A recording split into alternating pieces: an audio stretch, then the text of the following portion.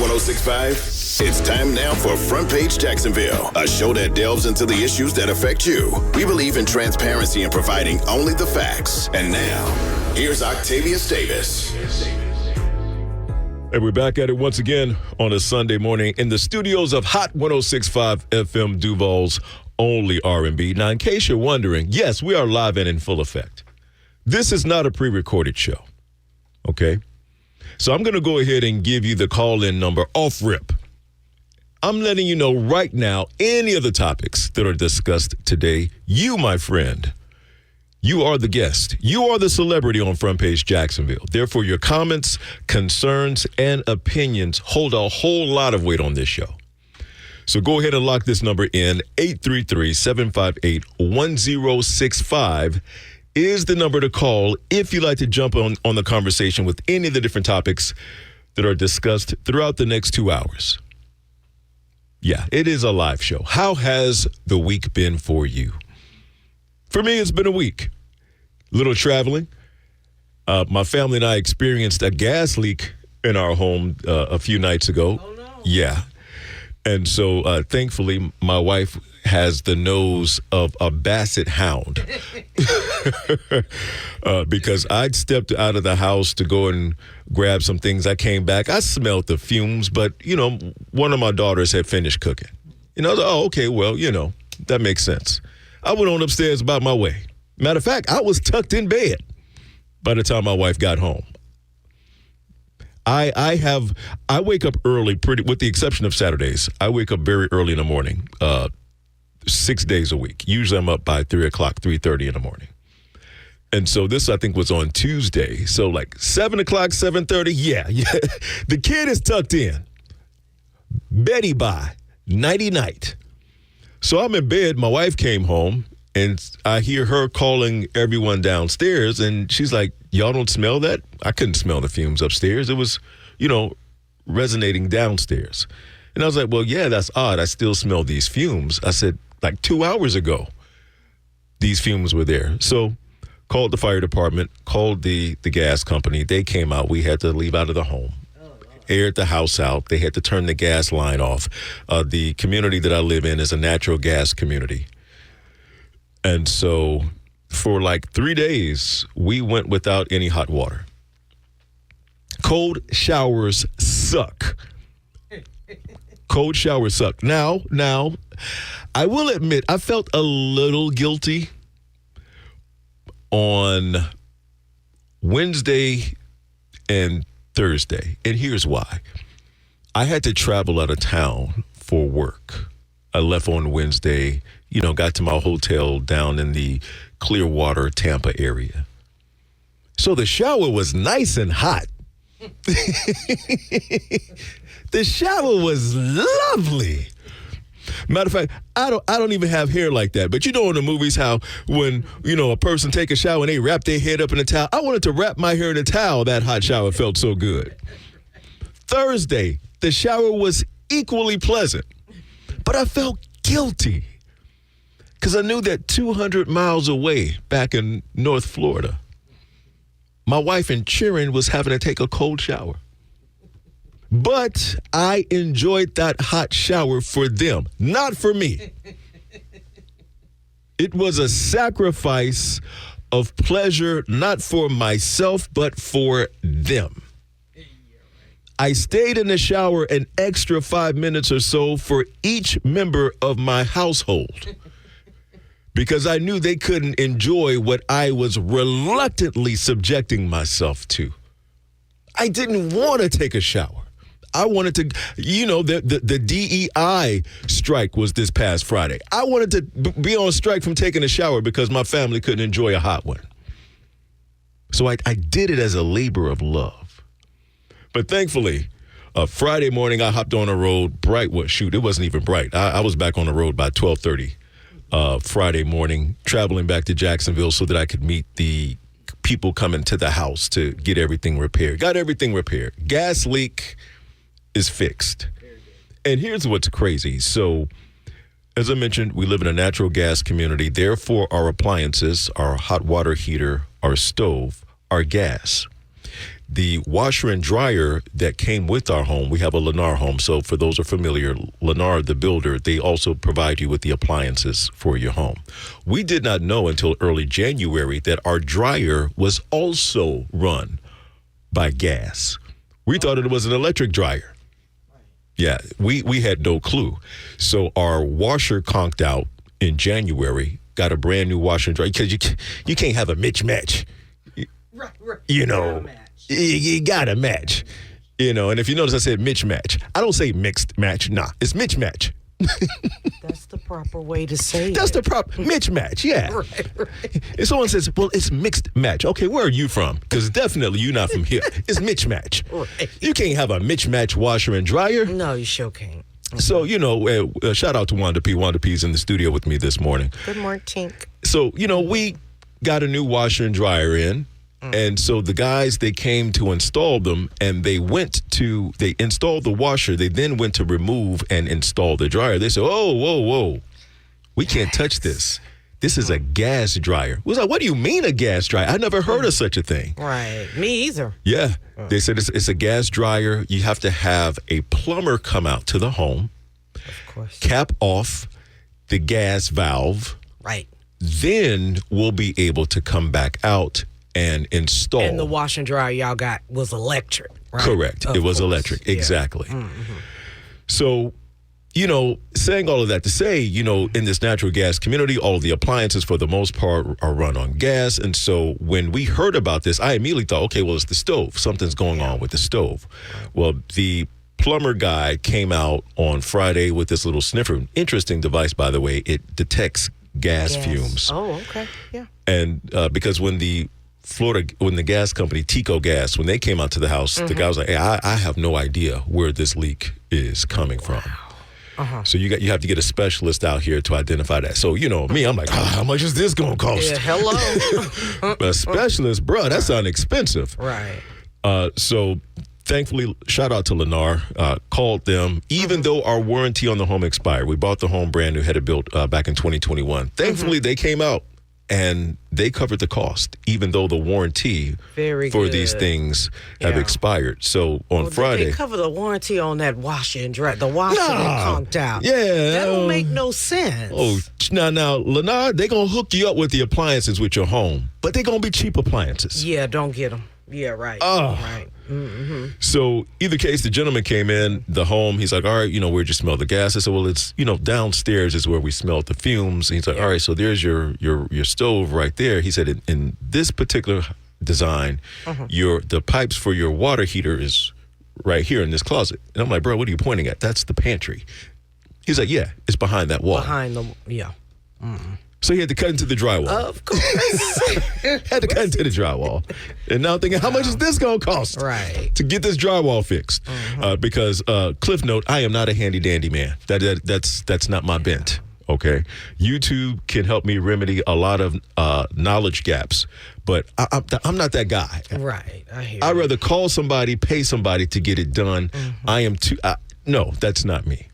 So he got it fixed. Yeah. As a matter of fact, as soon as he opened up the little piece in the wall, he said, yep, I see it right now. Oh, wow. So he was able to fix it. It was a little issue going on outside as well that he also took care of for us. And Lennar said, don't worry about it. We're going to cover that bill too. Very good. Drywall, don't worry about that. We're going to cover that as well. As they should. I fully agree, Wanda P. As they should. They should have got you a new washer, but I digress. Well, I'm moving on. Had we raised But see, here's the thing. I don't want another Lennar washer and dryer when the first. No, they ain't gonna do nothing but bring another cheapy weepy through. Yeah, true. Nah, we'll go get the one that we want. Right. So that's how the week was for us. I had to suffer through 2 days of hot showers for my family because they couldn't enjoy them due to the gas leak. But thankfully, no one got sick due to the fumes. Thank God. And I'll be honest, I am not a fan of gas living. I'm really not. Wow. You know. But you probably love that gas cooking.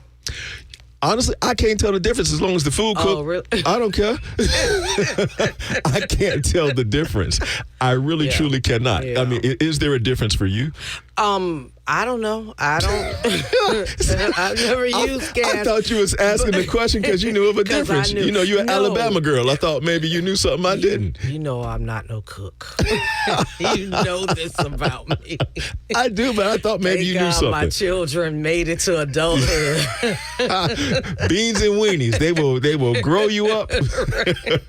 But no, honestly, But no, I can't tell the difference. People say the cooking, it's much more even. Okay. Yeah, and it's like faster, I think. So yeah, a lot of people that prefer gas over electric, Really? you know, for those reasons and probably more. Yeah, I would have to ask my mom because my mom, she's a very Now good your cook. mom Yeah. is a great cook. Yeah, my mom can Yep. throw down. I'd have to ask my mom, and I think honestly, I think my mom does prefer gas. Yeah. Over yeah. electric. A lot of people that can really cook, they tend to prefer it. Really? Yeah. It's just for me, From what gas I've is heard, just yeah. so fickle and unpredictable. For me, the thought of it is Yeah. scary. Yep. Because all I'm thinking is any moment Yeah. something can explode. Exactly. Right? That's the thing for me with gas, and I'm just leery. Because Yeah. case in point, when I called both fire and rescue and when I called the gas company to come out to investigate the leak on Tuesday night, both of their safety precautions were exactly the same. This is what they said. Get everyone out of the home. Get at least Scary. 300 yards away from the home. Scary. Anyone in the proximity of the home, neighbors, anyone walking outside, inform get them out. of the same. Oh Okay. gosh. Yeah. Do not turn on any lights. Don't plug in any devices.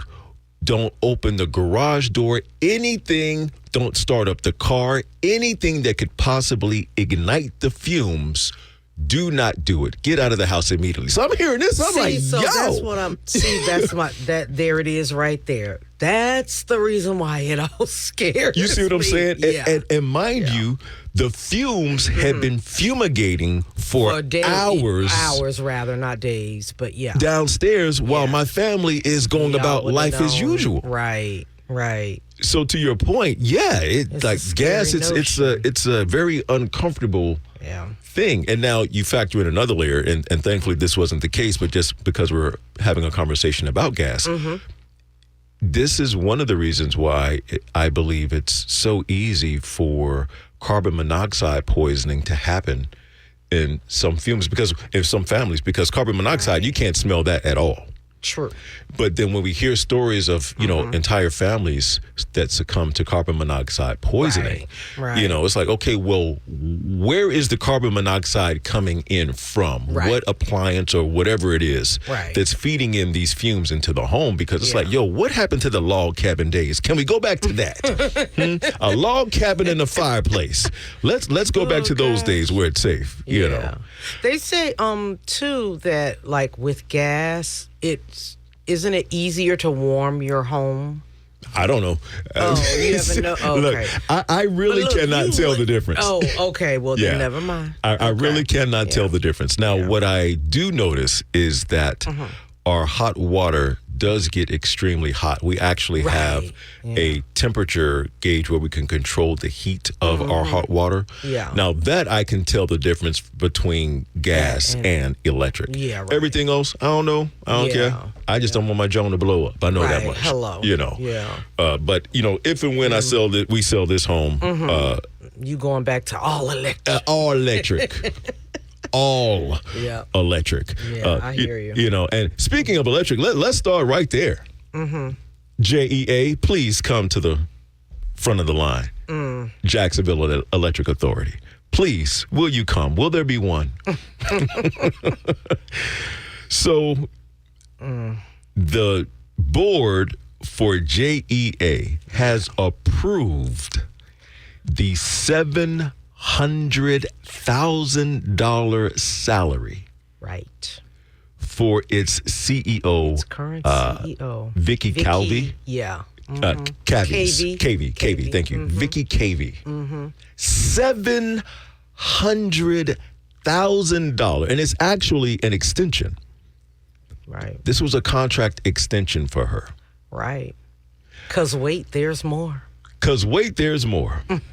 And so when I first saw the story, immediately my mind said, wow, there are people making that type of money in Jacksonville. Right.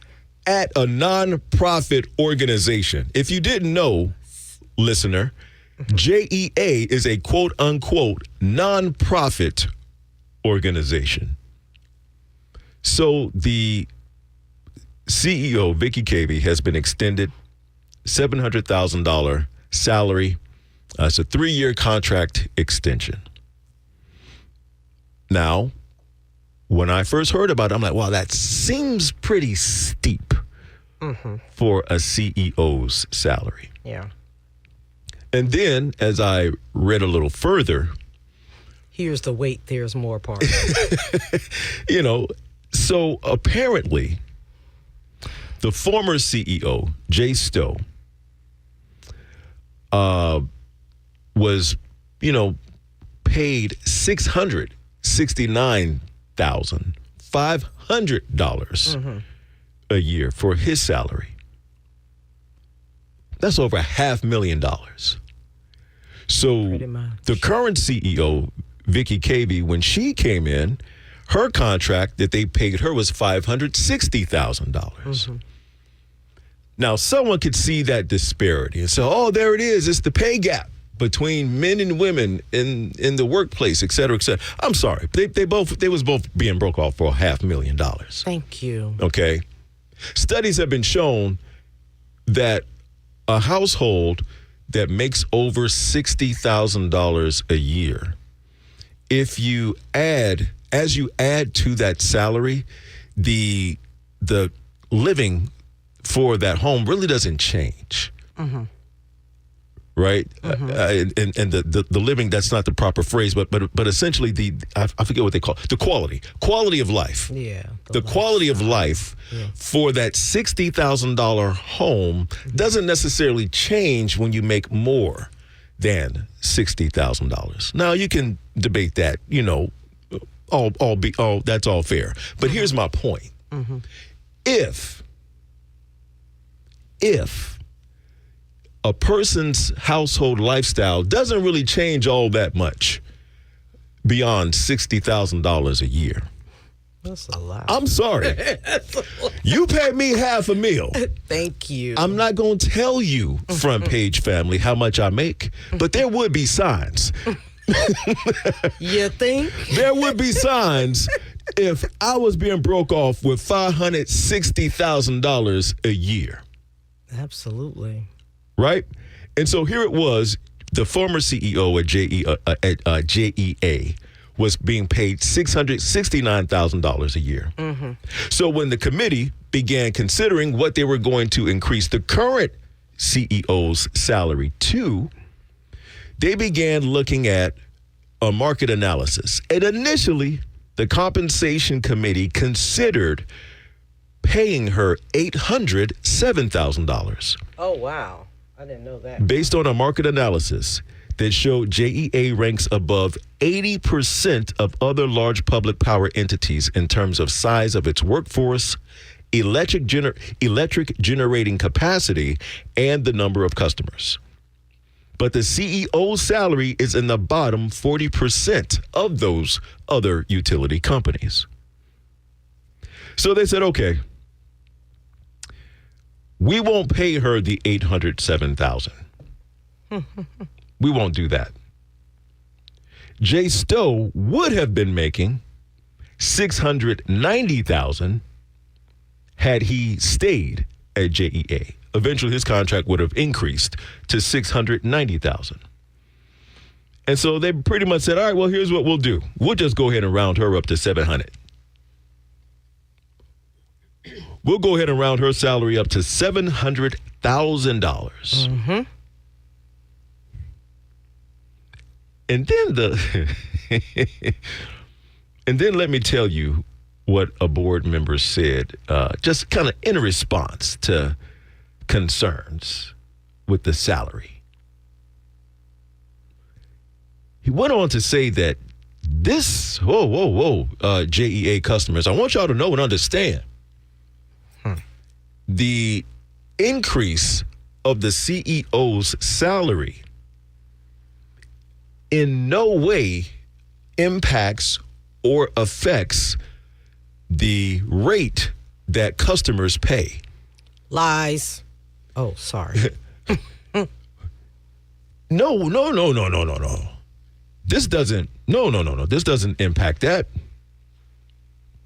Well, as my sister said, somebody lying. Mm-hmm. Because JEA, y'all are already, y'all have already had conversations. In the same week. Yeah, about increasing the rate for JEA customers. And I think that goes into effect April 1st. 10% over the next 2 years.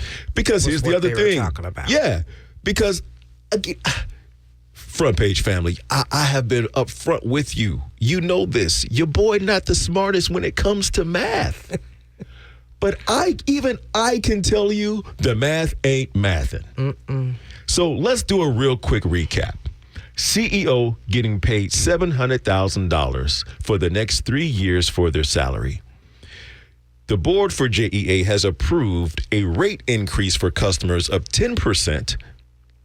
Right? I don't know how many JEA customers there are across Jacksonville, but I don't know if you've noticed this or not. There is not another electric authority in Jacksonville. So that would mean that each of Jacksonville's residents of the population of over 1 million are using JEA as their electricity supplier. Right. Now, you put a 10% increase on over 1 million residents,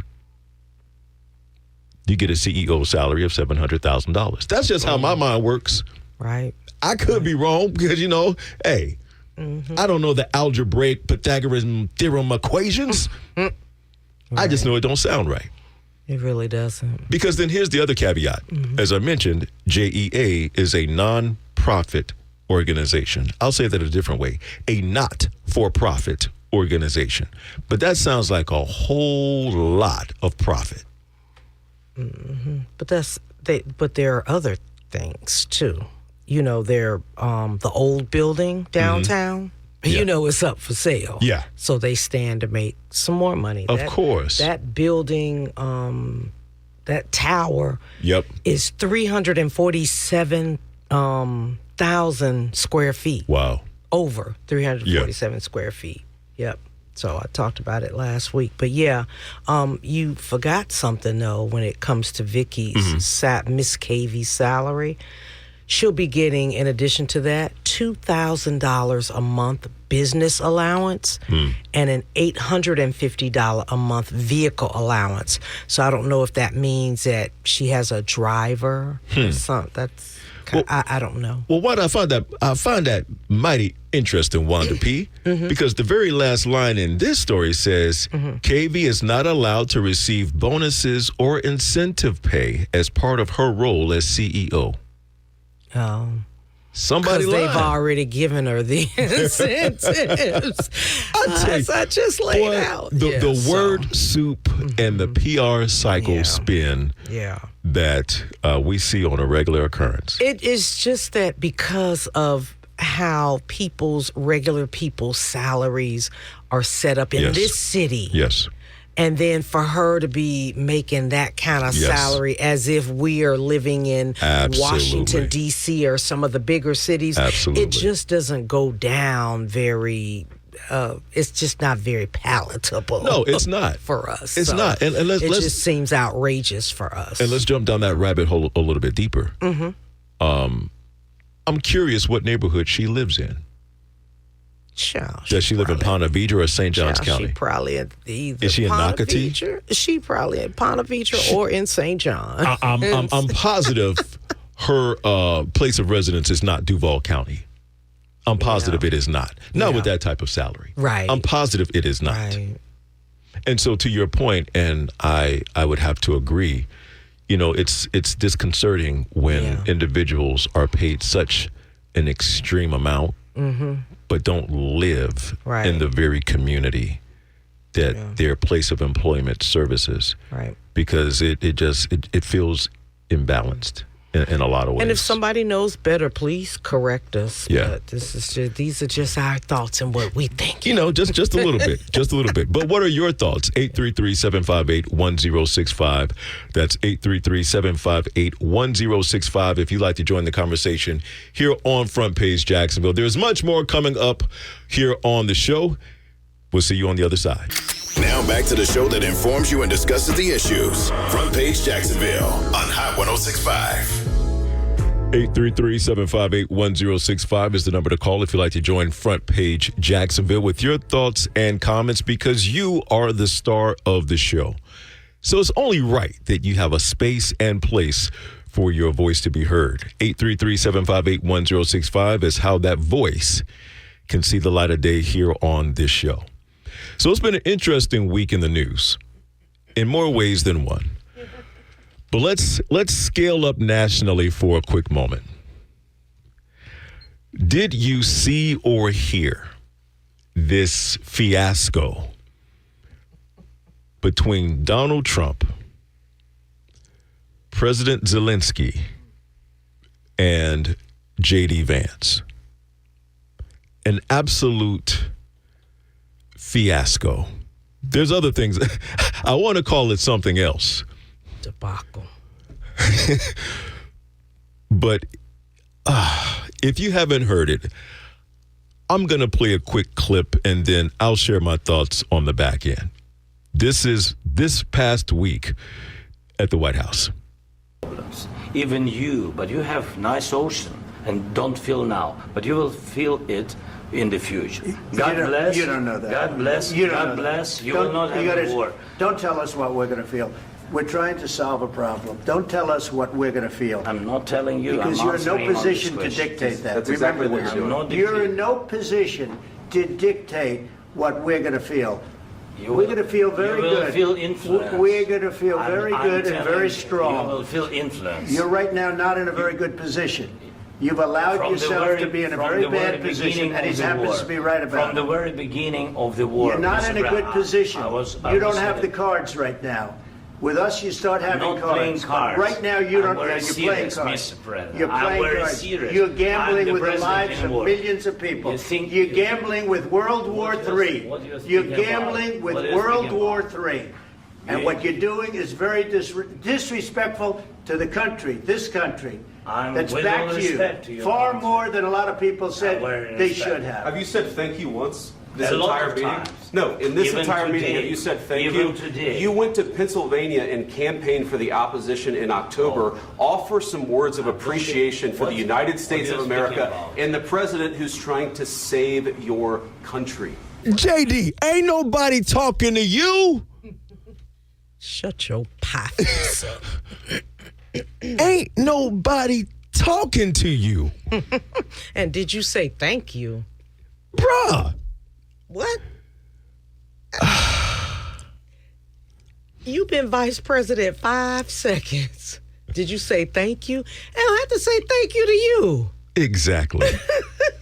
Dude, Oh my Shut goodness. all the way Yeah. up. Matter of fact, shut down. Please. Because ain't nobody talking to you. Never in the history of ever have I seen a situation where two presidents are engaged in a conversation and the help invites themselves into the discussion. JD, you the help. Yeah. Wasn't nobody talking to you. Now, on to this.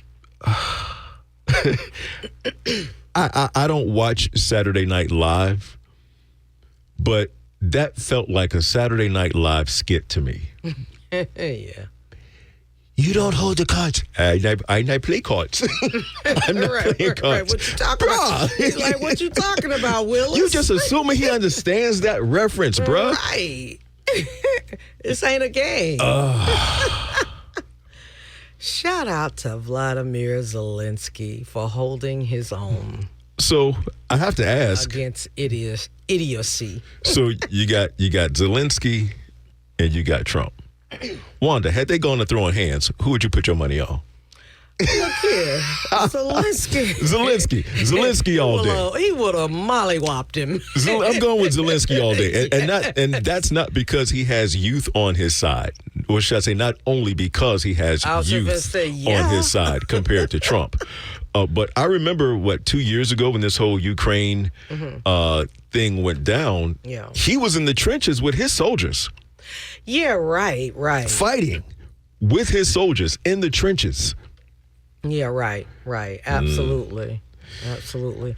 You know, Zelensky used to be a comedian, but the real clown here I didn't know that. was yeah. Oh, my goodness. The real clown is the one in the red tie and with the orange skin. Yeah. Yeah, and you know, I don't enjoy politics for a number of reasons. And just that whole showing to me, it was unnecessary. It was. It boils down to, and I haven't read everything about it, but here's the thing. Trump is trying to make a deal to get Ukraine's their resources.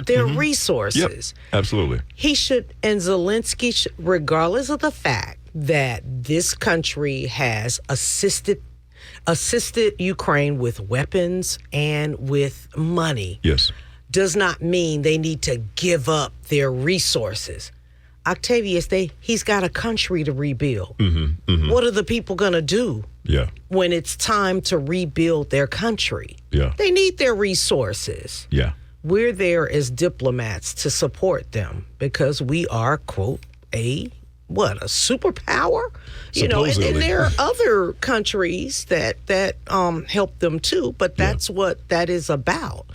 So, Trump just wants to get the resources and to give Putin the upper hand in, acquiring that country. That's all this is about in a nutshell. In a nutshell. I mean, there are some people that will say, no, it's a little bit more, but in a nutshell. Yeah, because, I mean, you and I, we're not the expert, subject matter experts on, these whole foreign relations things. But just from an optics standpoint, it doesn't look good. No, and it doesn't. To me, there are two things that clip and video, whichever way you choose to look at it, to me, it just comes across as Trump attempting to exemplify this hard-nosed businessman tactic of strength. Right, absolutely. When it comes to negotiations. Right. But additionally, it just feels theatrical. Yeah, he definitely spazzed out, didn't he? Yeah, it feels very theatrical, So I don't know. If you hadn't heard it yet, I at least wanted to bring it to the show today so that you can take a listen and, form your thoughts. And feel free to do a deep dive into that whole scenario in terms of what led up to that debacle. In the White House. 833-758-1065 is the number to call if you'd like to share your thoughts. And a side note, a lot of countries have been coming to the defense of Mr. Zelensky. Understandably so. Yeah, a lot of them. Despite what we're hearing in our media, well, and particularly our conservative media, who are, of course, siding with Trump. But the rest of the world is siding with Zelensky. So as a FYI. Well, and understandably so. Absolutely. It lacked diplomacy. It lacked tact, decorum. I mean, you go down the list of different things that it lacked. And, I would definitely understand why the rest of the country is coming to President Zelensky's aid and support because of what happened there in the White House. Because the United States is considered a superpower. Unfortunately, the individual who holds the highest office in this country, how that power is being executed, it leaves some questions. It leaves some to question.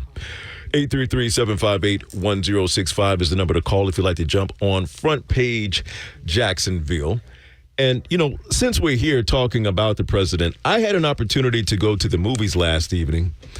And If you have not gone to see the new Captain America movie, Brave New World, I don't know if it's your thing or not, but I'm just saying, go check it out. Go check it out. Go support. If you're not into the whole Marvel thing, I understand. I don't want to subject you to, any viewing displeasure that you may have when it comes to superhero movies. But I got to give a shout out to Anthony Mackie. To me, this brother is carrying that Captain America torch quite well. For those who are familiar with the Marvel movie franchises, Chris Evans formerly held the role of Captain America. In the movie timeline, Captain America gives up his shield to Anthony Mackie a couple of movies ago. Disney Plus, I think maybe 2 years ago, possibly 3 at this point, did a mini series called Falcon and the Winter Soldier, because previously Anthony Mackie, the character he played, was Falcon. That was his role on the Avengers. He was the Falcon, Captain America's sidekick. And he has no superpowers. And he's a brother.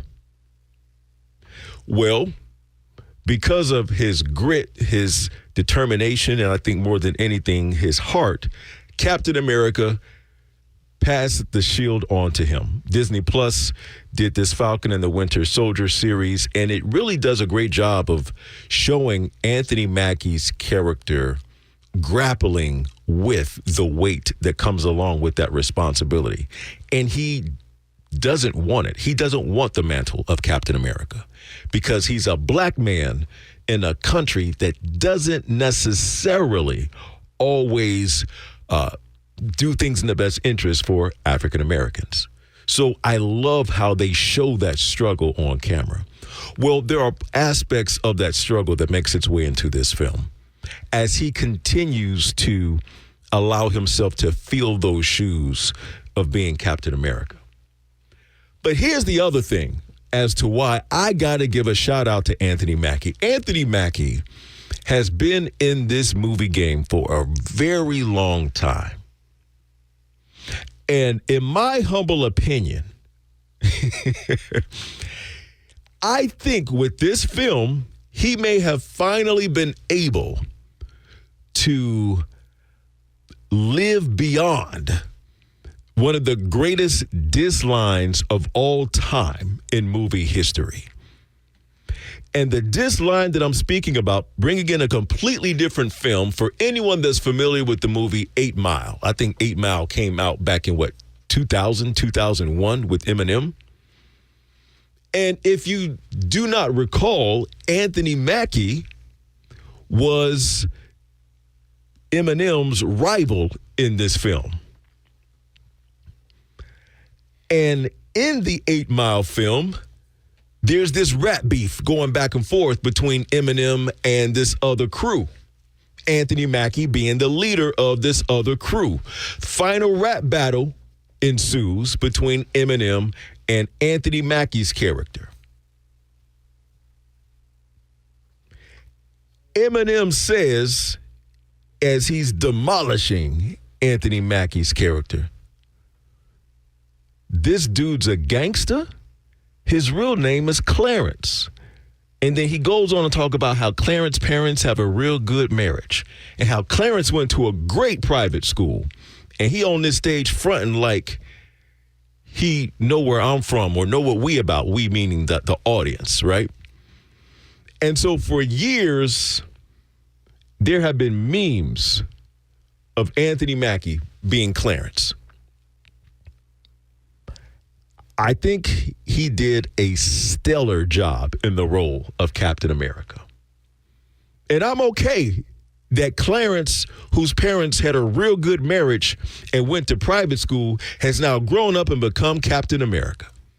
I think I salute Clarence's parents for raising a fine young man who in his younger years wanted to be a thug and live the street life, be a rapper. But then eventually saw the error of his ways and went to college and went on to serve in the military. And now he's Captain America. So shout out to Anthony Mackie for an amazing job with this role. I actually had an opportunity to meet him back in, I think it was 2008. In South Beach, Miami, there used to be this radio conference called I Rock the Mic. And I had an opportunity to go down back in 2008. Shout out to Rick Party for having me down as a guest during that time. And there was a private screening of the film Notorious, which Anthony Mackie also plays Tupac in the Notorious film. Well, the cast of Notorious was there with us as we did a private screening for the film. And I had a chance to hang out a little bit with Anthony Mackie, and I always forget the brother's name. The other actor who plays Diddy's role in the Notorious film, you may remember him for his role as Antoine Fisher, the film that I believe Denzel Washington directed back in the early 2000s as well.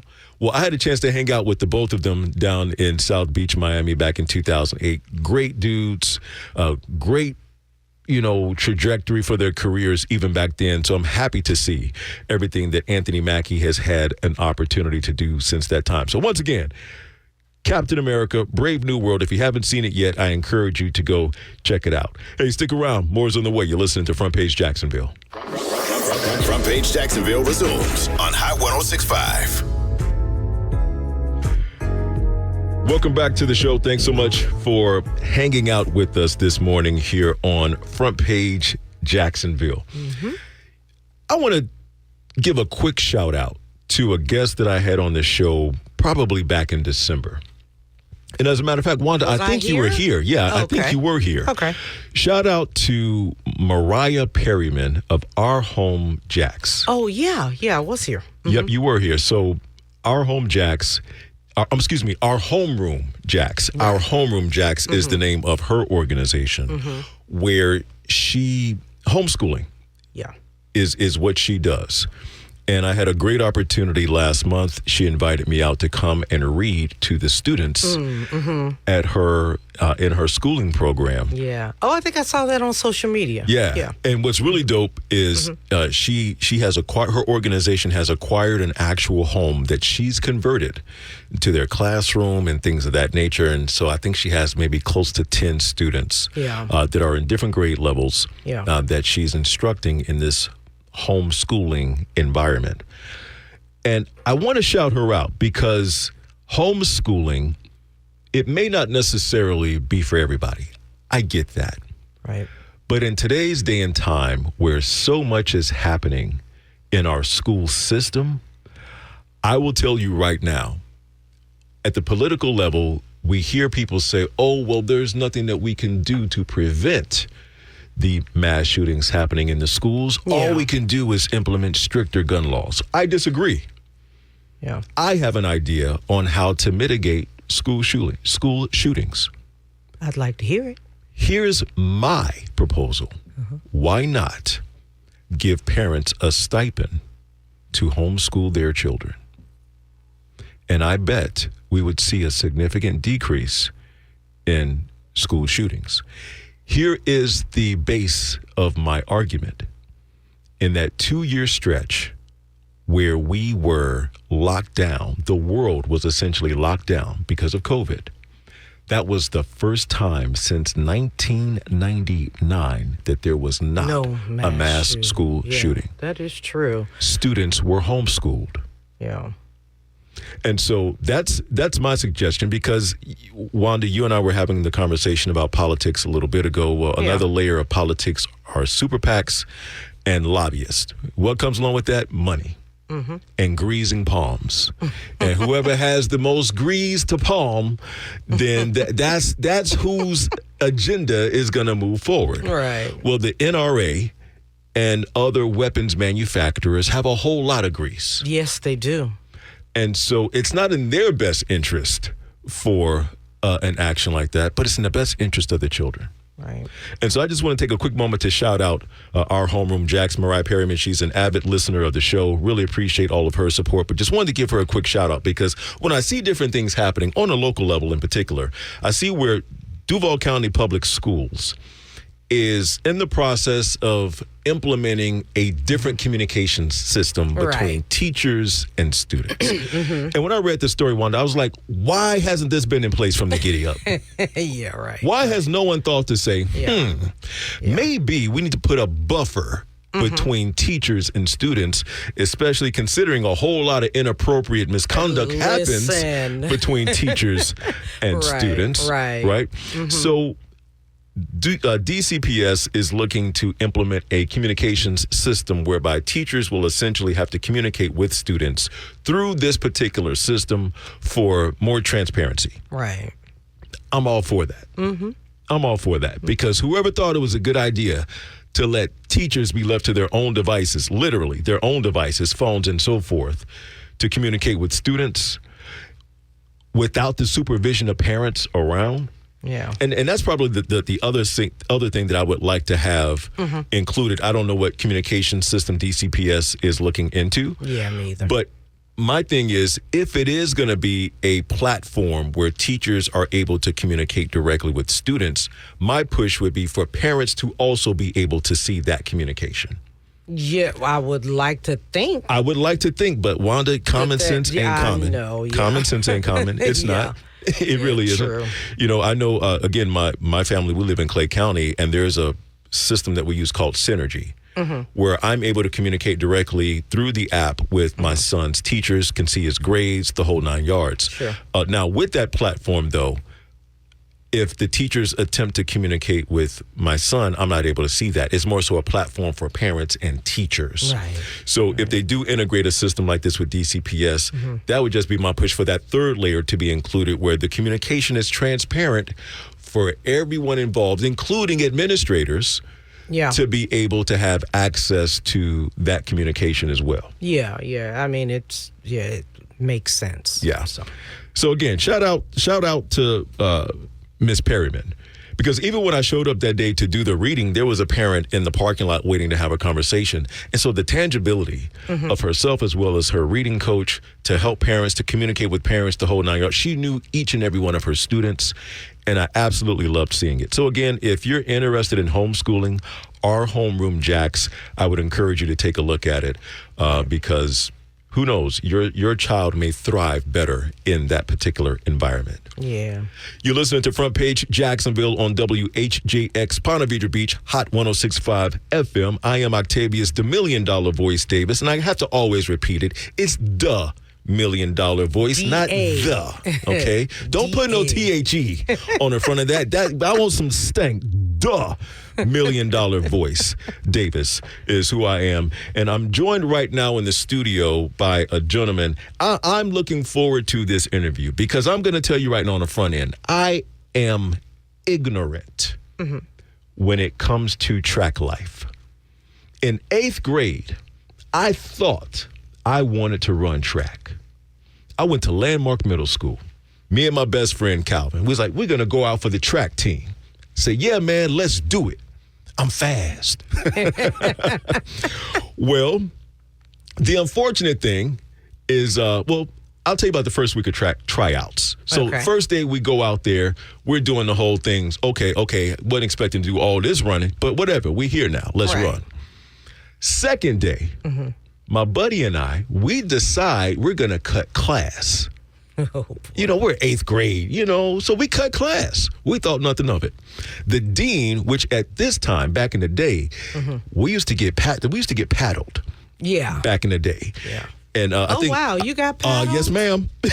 yes, ma'am. Wow. I believe Miss Tolbert was our dean. She had to lay the wood to me a couple of times. Yeah. They say a hard head make a soft, you know what. So mine is tender now. I have a tender behind. Let's just put it that way. And so my buddy and I, we decide to skip. We get caught. We get sent to the dean. I don't know how this woman knew that we were trying out for the track team. I don't know who got word to her. But she said, Davis, Bobo, that's my best friend's last name, Bobo. I understand you two gentlemen are trying out for the track team. Yes, ma'am, that's correct. Well, you know what? I'm not going to handle you today. I'm going to let Coach Bartley know. Okay. Whatever. He ain't my daddy.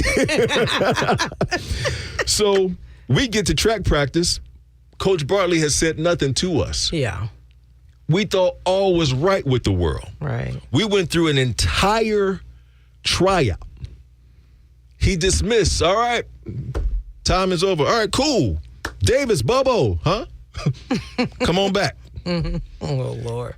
So Dean tells me you gentlemen have a hard time finding your class. Uh-oh. So I'm gonna need to get a mile up out of you before y'all leave. Coach, the activity bus is right there. I can't miss the bus. Well, I suppose you get to run it. Wanda Patterson. I had to run a mile before he would let me dismiss. And I'm up against the clock, literally, because I cannot miss this the bus. Yeah. My best friend, I left him in the wind. I said, bro, I'm sorry. I got to go. Right. I ate that mile. You hear me?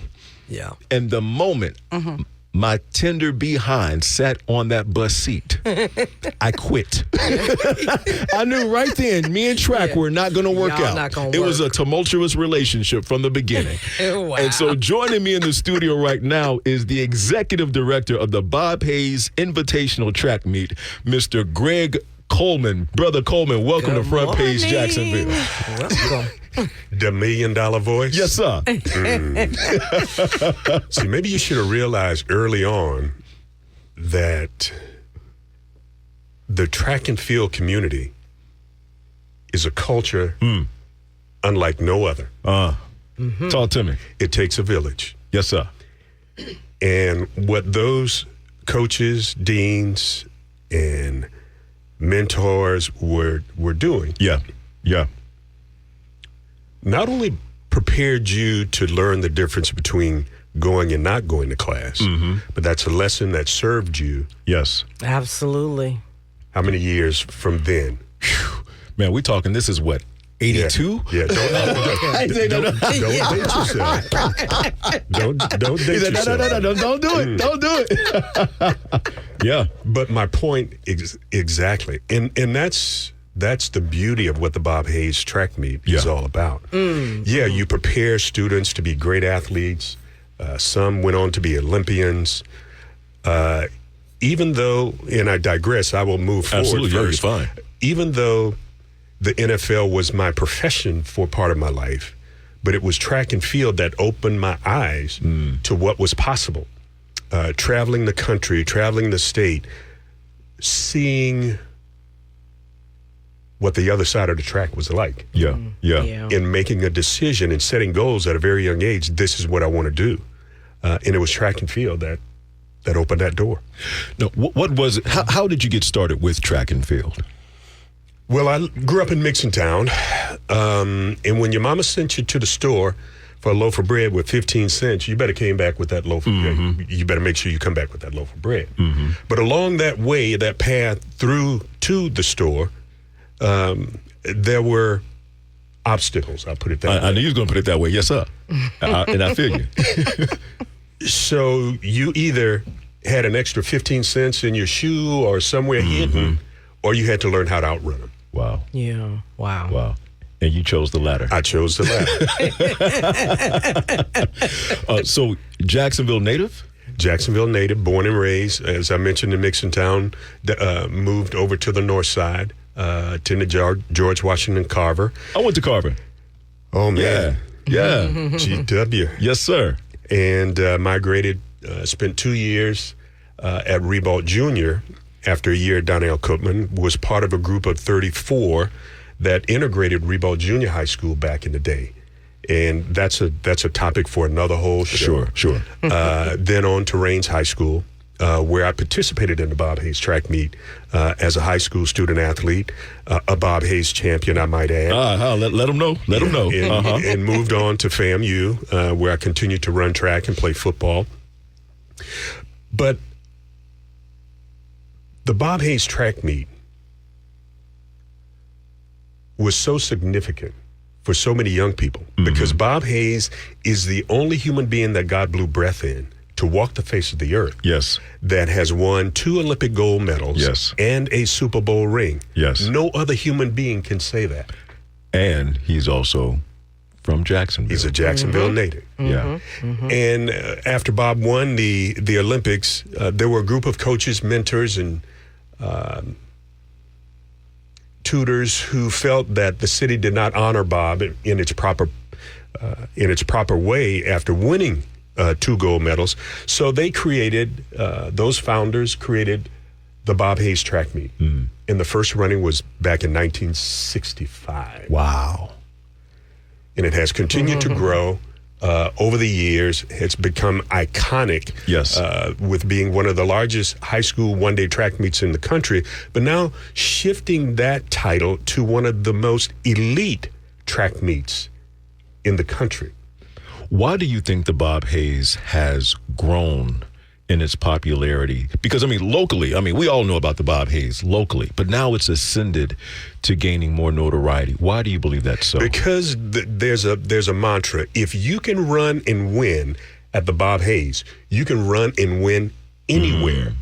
And there are so many great stories from the past and even today, and I'll get to that shortly, but if you are deemed a Bob Hayes champion, that's a title that will follow you the rest of your life. Yeah.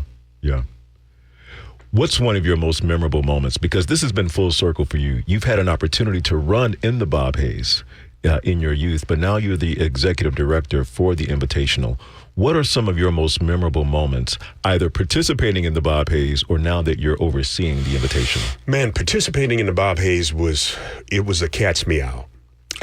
Again, my senior year, back up very, very quickly. Sure. My junior year, the top 4 in the regional meet went on to the state.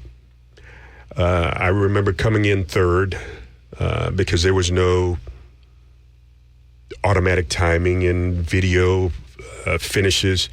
Coaches had a stopwatch, and you take lane 2, 3, 4, 5. Somebody at the finish line fell, and my guy said that I was 5th, which clearly I was 3rd.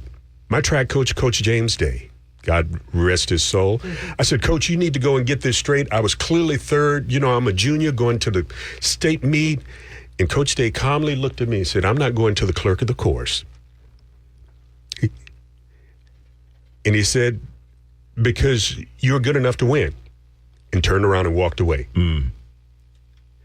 That was a tough lesson. That was an extremely tough lesson. And I used fuel to fire. Yeah. And never lost another race my entire senior year. So you took that as motivation. I need to run faster next time.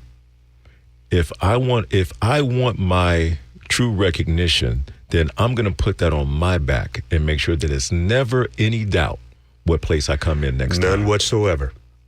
That was my memory as a student athlete. Yeah.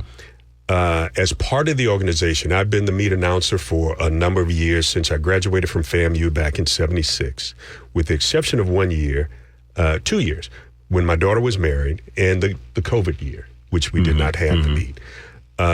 But each and every year, I have been a part to see it grow, to see it blossom. I look at some of the talent that has come through that have been part of Olympic teams. This year, one of our inductees, Tawana Terry from Miami Northwestern, was a Bob Hayes champion. It's amazing how things come full circle. Yeah. She was a member of the 2024 Paris 4x100 meter relay team that won the gold. She is one of our Hall of Famers, being inducted into the Bob Hayes Hall of Fame this year. In talking about that Hall of Fame, Al Chester, FAMU starting quarterback on that iconic football team back in 1978, was the first black college to win a Division I AA national championship. Justin Gatlin, a 5-time Olympic medalist, also a Bob Hayes champion, being inducted. Wow. Pauline Davis-Thompson, a 4-time Olympic champion, gold medalist from the country of the Bahamas. The list goes on and on. It goes on and on. We are presenting the Ralph Boston Olympic Spirit Award. That goes to Ray Robinson, an Olympic medalist. former FAMU Rattler. And we're also presenting this year the Coach James Day Legacy Award. That's being presented to the principal of Raines High School, Mr. Vincent Hall. Wow. For the first time. So the Bob Hayes track meet, it's more than a track meet. It's an experience. And I remember before Bob passed, Bob told me, Greg, whatever you do, make sure you keep it about the kids. Bob, Coach Day's going to be here running this. I don't need to hear this. Yeah. Coach Day would say the same thing. Maybe keep it about the kids, whatever you do. Coach, you'll be here. And it's unfortunate, Coach told my wife several years ago, no, I'm not going to be here. So y'all got this. And he was prophetic in his speaking. Wow. And that was almost, 3 years ago, 2 weeks prior to the Bob Hayes track meet. Yeah. So this leadership and this organization fell to us because I was living in Minnesota. We had just moved back to Jacksonville. And, you tell God what you're not going to do. He has a funny way of shifting your thoughts. Right. Wow, you're listening to Front Page Jacksonville. I'm Octavius Davis. In the studio with me is Brother Coleman. He is the executive director for the Bob Hayes Invitational Track Meet going down here in Jacksonville. What date is the Bob Hayes going down? Well, the Bob Hayes weekend starts actually March 13th with our Hall of Fame Gala, which we're close to being sold out at 400 over at the Potter's House. Wonderful. The 14th is the middle school meet and clinic being held right around the corner at UNF. Yep. We also have with that, it's called Huddle with the Legends. We're bringing in high school athletes to sit down with those Hall of Fame inductees and other notable legends to talk about what it takes to win, sharing their stories on Yes You Can. Yeah. It starts for the high schoolers that Friday morning from 9 to 11, and then we take a break, and then we come back with the middle schoolers. They also get a chance to get up close and personal with some of their heroes and ask some of those same questions. We were fortunate growing up because it was the days when Al Denson and Kenny Burroughs and Harold Carmichael and Ken Riley, Boobie Clark, all those guys used to work out at Raines. Yeah. So as little shorties, we would come up and we would have conversations with them. And it was just so incredible that we wanted to give these young people an opportunity to ask questions that normally you don't get a chance to do. Mm-hmm. So that takes place on Friday afternoon, along with the James Day Clinic, along with the James Day Middle School Track Meet. Coach, they also felt that we had to teach young kids the proper way and the proper techniques for track and field. So that takes place on Friday, and then the granddaddy of them all, the Bob Hayes Track Meet on Saturday morning starting at 8:30 at UNF. Wow. If you have not attended the Bob Hayes, definitely want to invite you to do so. Mr. Coleman just gave the rundown on how you can participate in the Bob Hayes Track Meet. But as I understand it, we have a caller on the line. Good morning. Welcome to Front Page Jacksonville. Yes, my name is Lydia Bell, and to me, Mr. Coleman, I have tried to reach out to you all to find out why did the Bob Hayes track meet leave from Jacksonville. We had a meeting over at Legend Center and invited you all to tell us Bob Hayes was ignored by the city of Jacksonville and the state he's from out east. He was called Crow. Dr. Coach Kitchens and Nathaniel Williams. The black community had the Bob Hayes festival, event for 58 years. You asked the question why people know about it.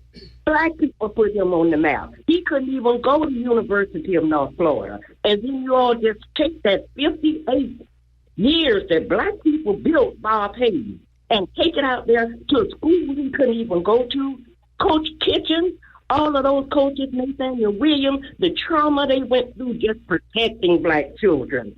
So to take it out there, we want to know, why did it leave the black community, something that we built, to take out there to the white people where they're celebrating? You keep talking about what's going to be at UNL. Raines is a powerhouse. All those professionals, when Vassellis was introduced in the universe to the Hall of Fame, this city went crazy. Name something in Jacksonville and the state of Florida that Bob Hayes' name rests on. There's only one little statue out there on the east side, and they built Randolph Park. It's not a street, a building, or nothing. Black people kept Bob Hayes' name alive. And therefore, you all are taking out there to UNF, say nothing to the community. 58 years. What you all should have did, I heard about all the problems. Too many people. It was overflowing. Couldn't you all see that? It's the best thing we have to do. Johnny Cochran said, it used to be a black man selling ice. All of a sudden, people stopped buying his ice. A white man was selling ice. You want to know why y'all stopped buying ice from me? Because they said the white man ice was colder. When do we preserve what we do? That is a black people event. Black people didn't do nothing for Bob Hayes. And for you all to take it out there to UNF, we had enough money, all those professionals at Range. Y'all, it's enough land out here. You all could have spread it around to keep our institution and our community that we built. But to take it out there to UFU, Benson Hall, and that director out there, it is a sin and a crime. That's my opinion on it. And we had a meeting. I sent you a certified letter. I sent one to Benson Hall. We had a meeting at the Legend Center for you all to come out there because everybody in the community running around. Well, it's not going to be here. It's going out to you. Y'all didn't say nothing to the community. Bob Hayes belonged to us. And we got his name out there. They didn't put his name out there. So you all should bring it back to the north side. Figure out a way to preserve what we built instead of taking it over there in another community where we can't even, some of us can't even travel, and making all that money charging. We could have did that on the north side. Bring it back. As always, Lydia Bell, always appreciate you joining us here on Front Page Jacksonville. Brother Coleman, Sister Bell raised some questions and concerns that the community has about the black community making the Bob Hayes Invitational what it became, and then it's now moved to a location that she stated Bob Hayes would not have been able to go to. Her point is noted, but I look at it this way. Most of us don't continue to live in the houses that we grew up in as young people.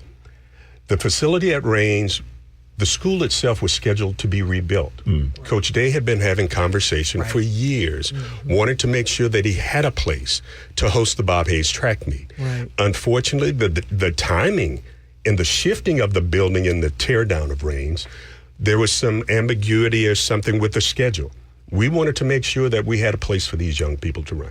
Community is more than a section of town. Sure. The entire Jacksonville community has benefited from the Bob Hayes, regardless whether, yes, the Bob Hayes actually started on the south side, then moved to the north side. Then there were, I didn't know that. It has moved, so its home has been in several different places. So I understand her concern and the plight, and I have had conversations with a number of folks. But again, you provide the best opportunity for young people to grow and to blossom and to be exposed. I didn't know, I had never set foot on the campus of UNF. I knew it was here.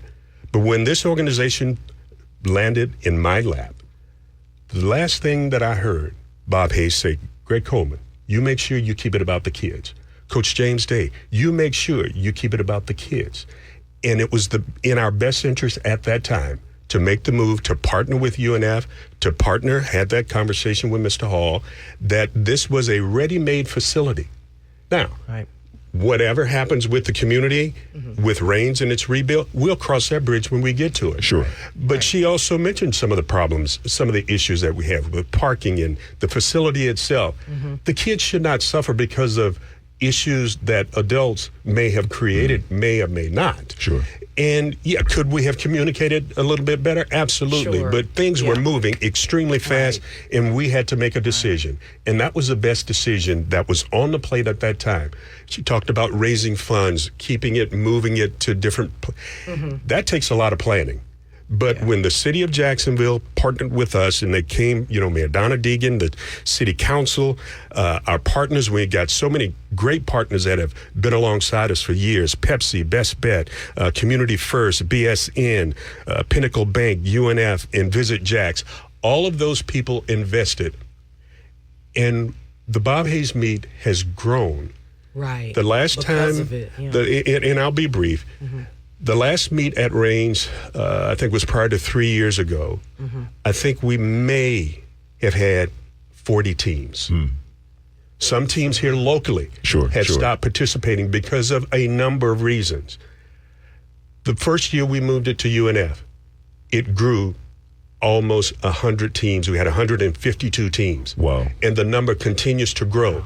We've created the middle school meet. We had 1,500 middle school kids to participate.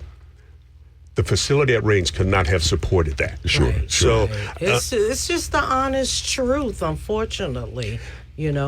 Well, and I shouldn't say unfortunately, but it is the honest truth. The growth happens. But here's a question, though, Mr. Coleman, regarding the community.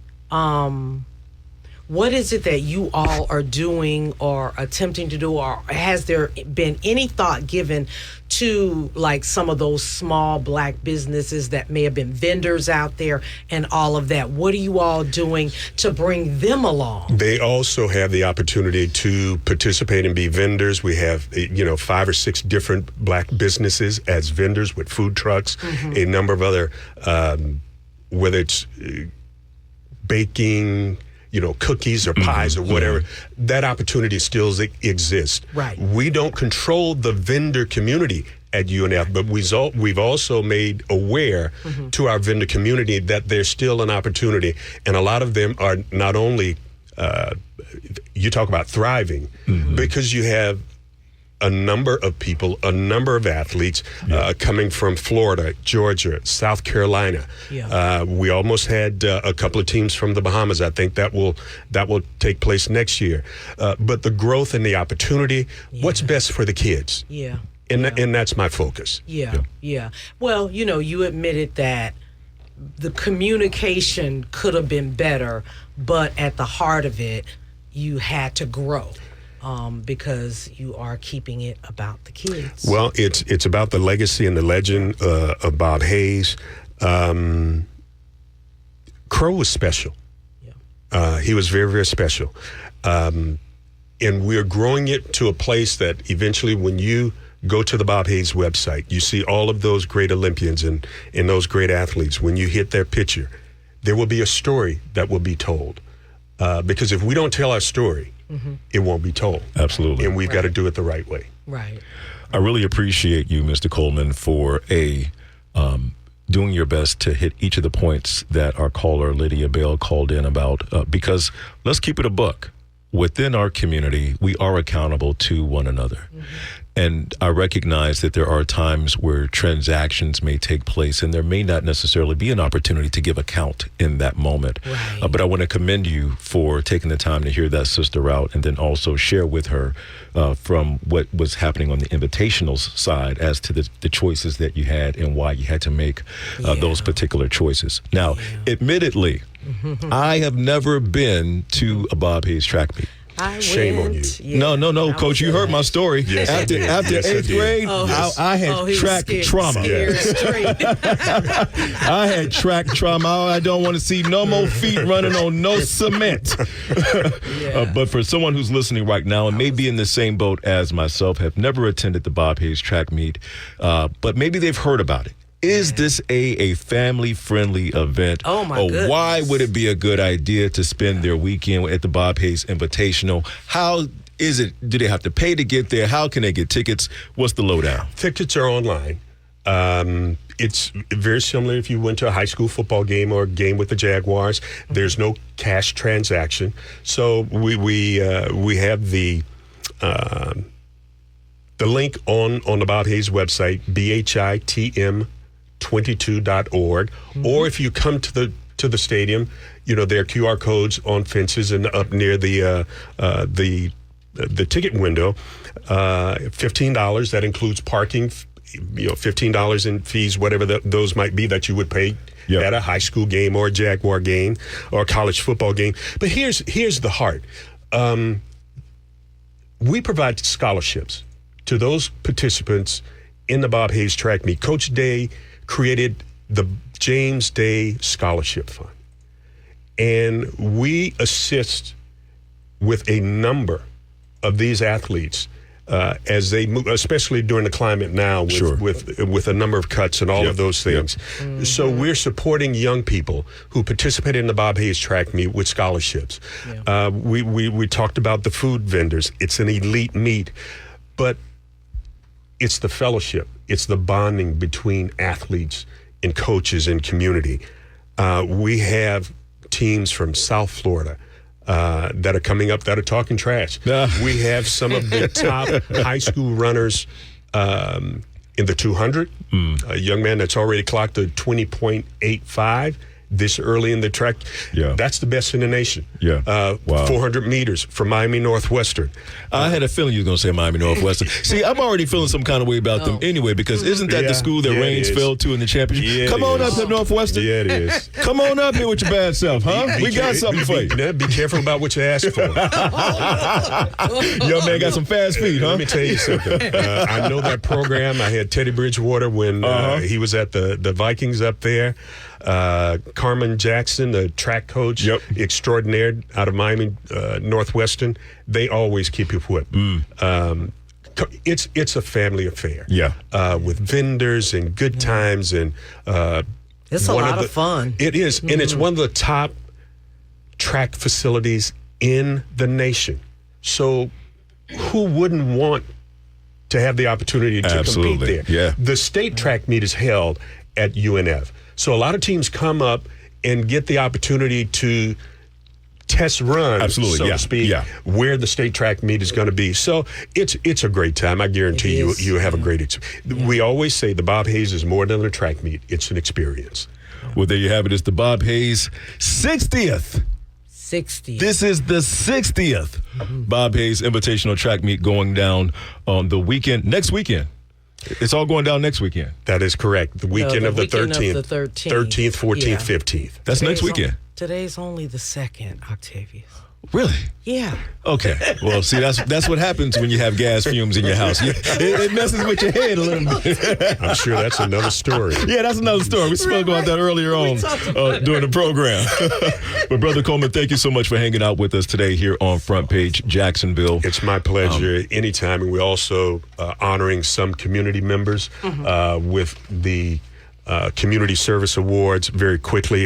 Dr. Richard Danford, Marjorie Dennis, Dawn Lopez, Brent Martineau, the Reverend Bishop Rudolph McKissick Sr., Jacoby Pittman, Jamie Sheldon, and the Mitch 22 Foundation. We're honoring all of those folks. So listen, the support that we have gotten, and I thank all of those from the past who have carried us. We stand on their shoulders. Absolutely. From that community when we could not attend those other schools. And she is absolutely right. But things change, times change, communities change.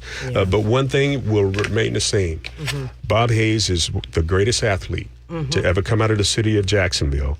And we just owe him an honor and homage to continue his legacy and to keep the flame alive. Right. And that legacy is not, and it's a part of Black history. Absolutely. He was a Black man, proud, and that makes us proud. So wherever this track meet goes, that legacy still travels to wherever you land. And right now, it's around the corner. Yes, and February was Black History Month. But we celebrate Black history every day of our lives. Every day. This is Front Page Jacksonville. More is on the way. The heartbeat of the community. Front Page Jacksonville returns on Hot 106.5. One quick note for you. We just wrapped up our interview with the executive director of the Bob Hayes Invitational Meet, Mr. Greg Coleman. One thing we did forget to mention is the mobile museum that will be available throughout the Bob Hayes weekend as well. Now, Wanda, you've had an opportunity to actually go out to the Bob Hayes last year. Yeah. What was that experience like for you? Yeah, it was, very energizing just to see all the young people running and all of that. I did get to tour the little pop-up museum that they had, which was really, really neat. Just seeing all of the paraphernalia and information on Bob Hayes, even like some of his things like shoes and stuff like that were on display. So that was really, really neat. It was just a good atmosphere out there. Yeah, I enjoyed it. And I feel, I feel what community members and people in the community are saying, but the reality is growth happens. And that was what that was about. It was growing. Yeah. There were a lot of people out there, a lot of schools participating. Because when I tell you it was buses galore out there. Yeah, with all those young people. Yeah. So, I mean, it had to grow. So, prayerfully, sometime in the near future, we get a facility or one of the schools will be expanded and updated and all that to be able to go back there, Well, it would be beautiful if Edward Waters University had the facilities and capacity. That would be awesome. Yeah, it really would be. I totally agree. Because to Sister Bill's point, which I fully understand. Yeah. When we grow a particular event or cause or what have you, it can feel a little. It's easy to feel some kind of way. You feel a little abandonment. Slighted, You feel slighted. Yeah, but sometimes growth does hurt.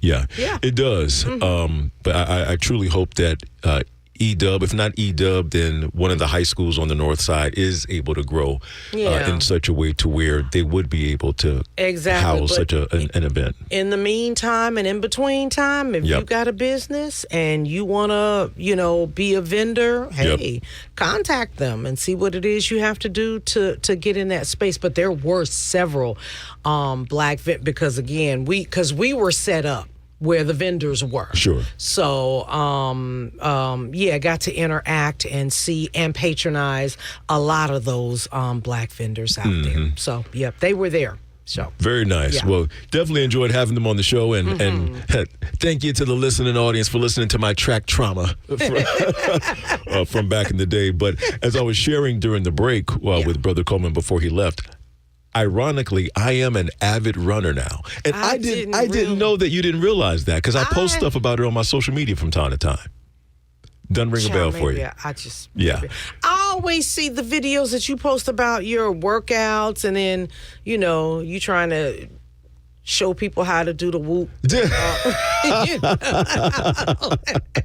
Yeah, well, in addition, and admittedly, it has been a while since I posted any running content. Video. Okay. But so I run on average, at least 6 miles when I get out to run. Yeah. You're such an inspiration. Well, thank you. Thank you very much. Friend. Well, I'll tell you, and I don't know if I shared with you, so what started my fitness journey 4 years ago now at this point, I kept having a reoccurring nightmare of me dying from a heart attack. Really? Yeah. Oh, wow. And so, at that time, I was overweight. I was 220 plus pounds. And I didn't know I had turned into a chunky monkey. I didn't know. I thought I just looked like me, right? Yeah. Ain't nobody told me nothing. Right. And so I kept having this reoccurring nightmare. And I said, you know what? I'm going to start doing something differently because I know that in the African-American community, especially amongst African-American men, heart disease is one of those silent killers. And for the women too. Yeah, well, true, very true for women as well. Yep. And so I viewed my dream as a message, and I took heed to it. And so I began going to the gym. Yeah.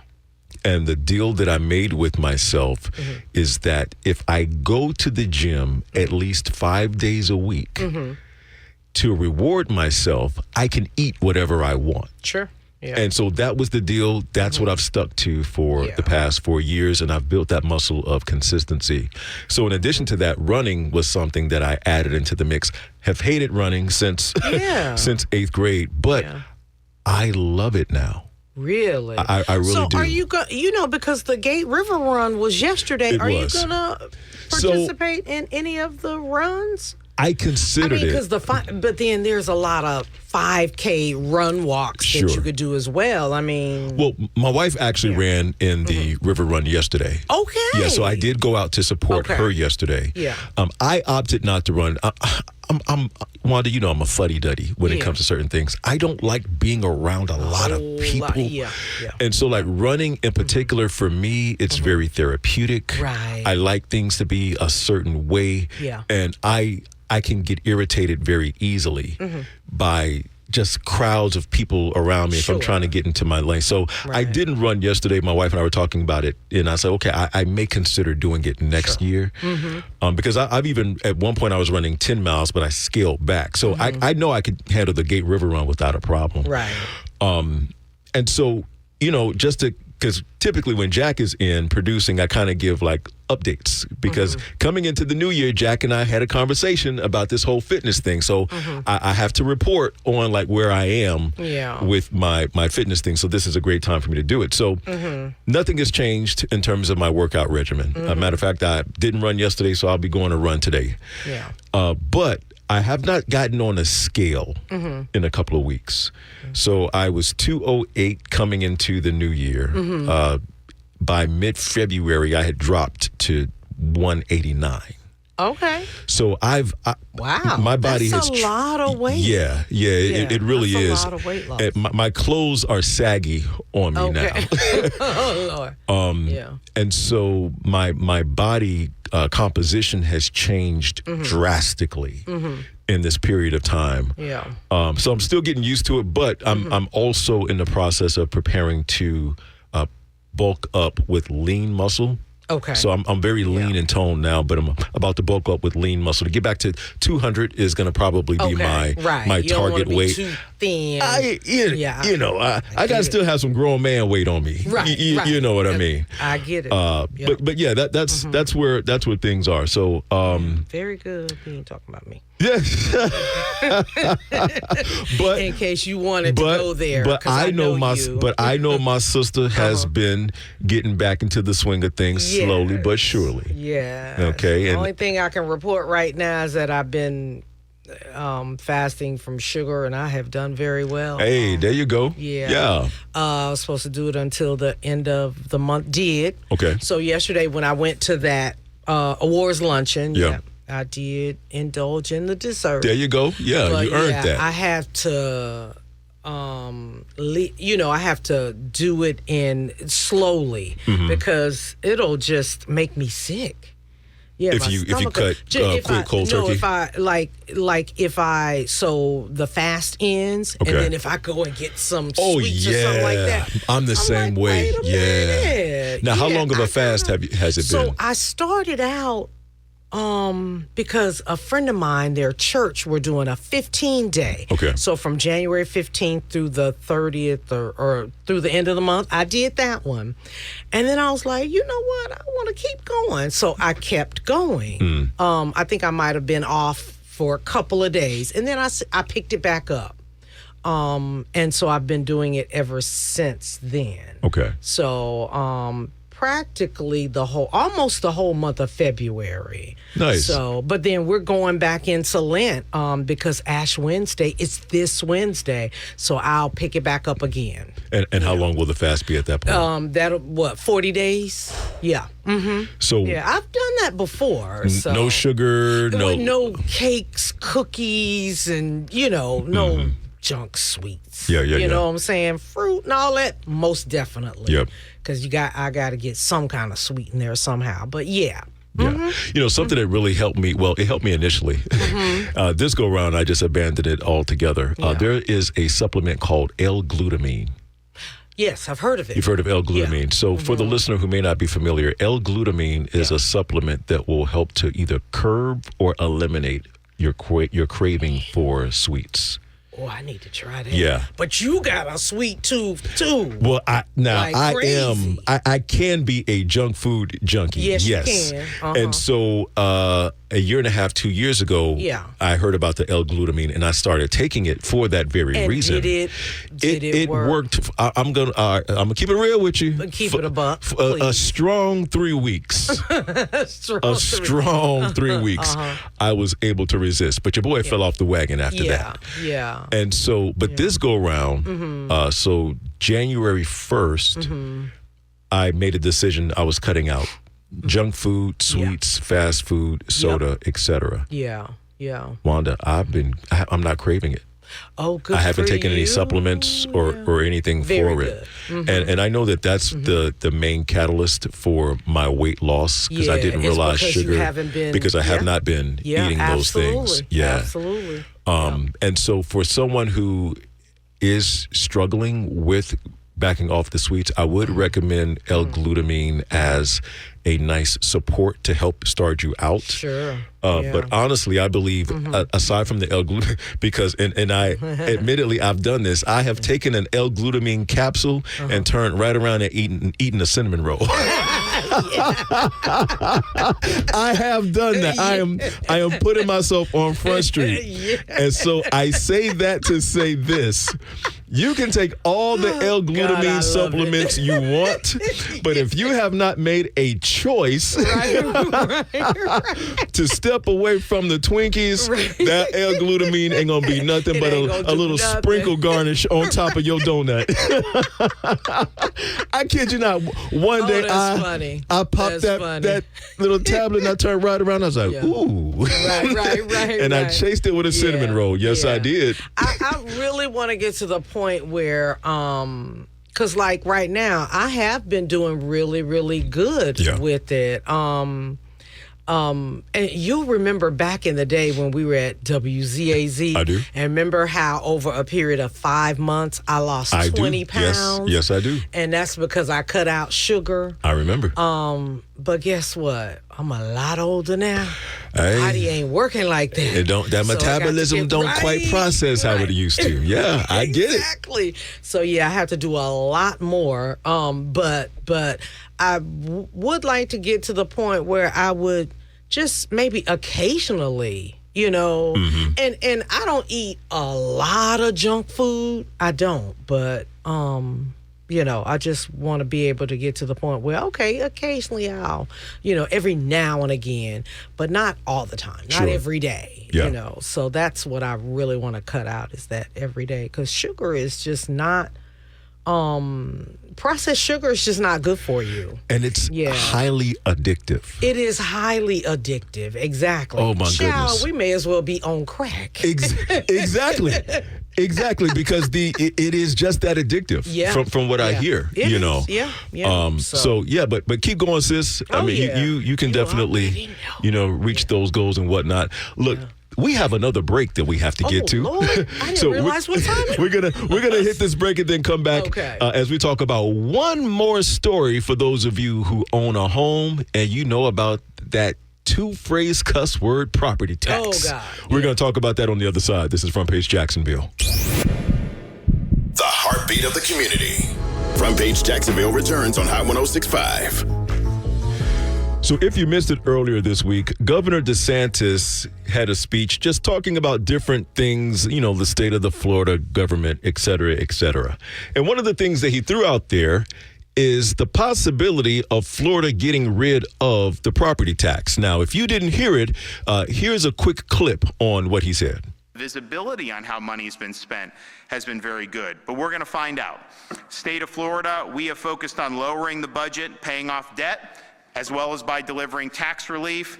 We know many local governments have done the opposite.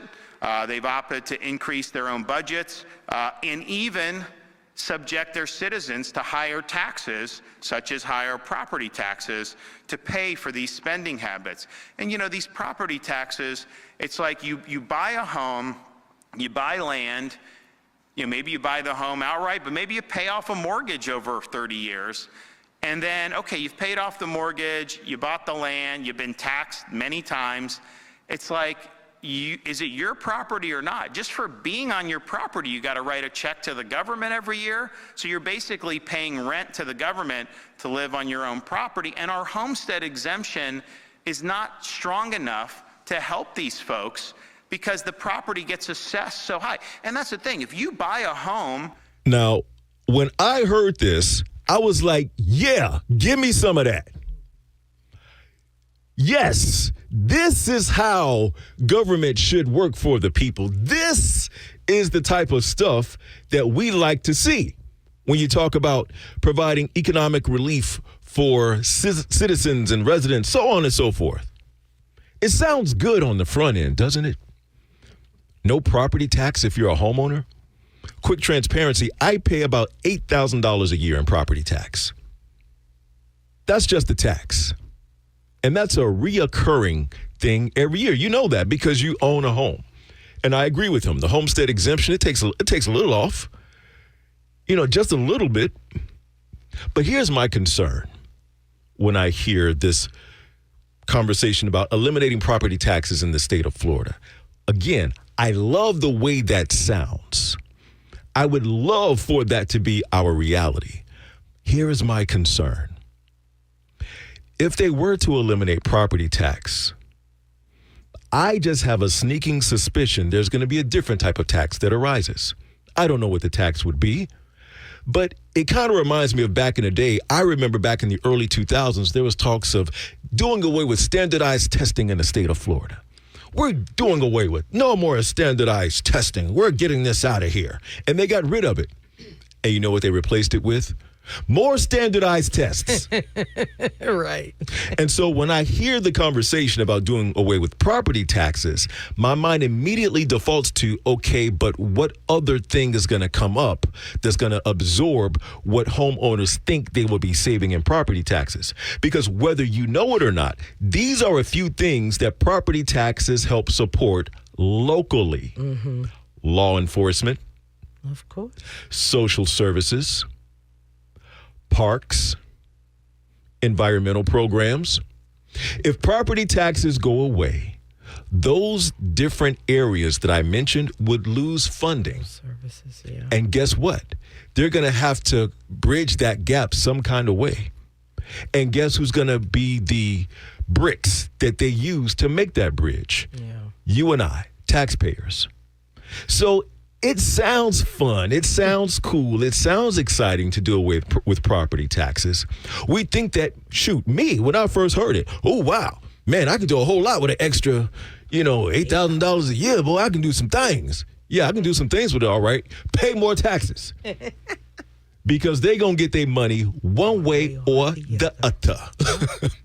Hey, I really appreciate you hanging out with me today here on Front Page Jacksonville. Shout out to Wanda P. for staying in here with the kid. Good morning. Hello.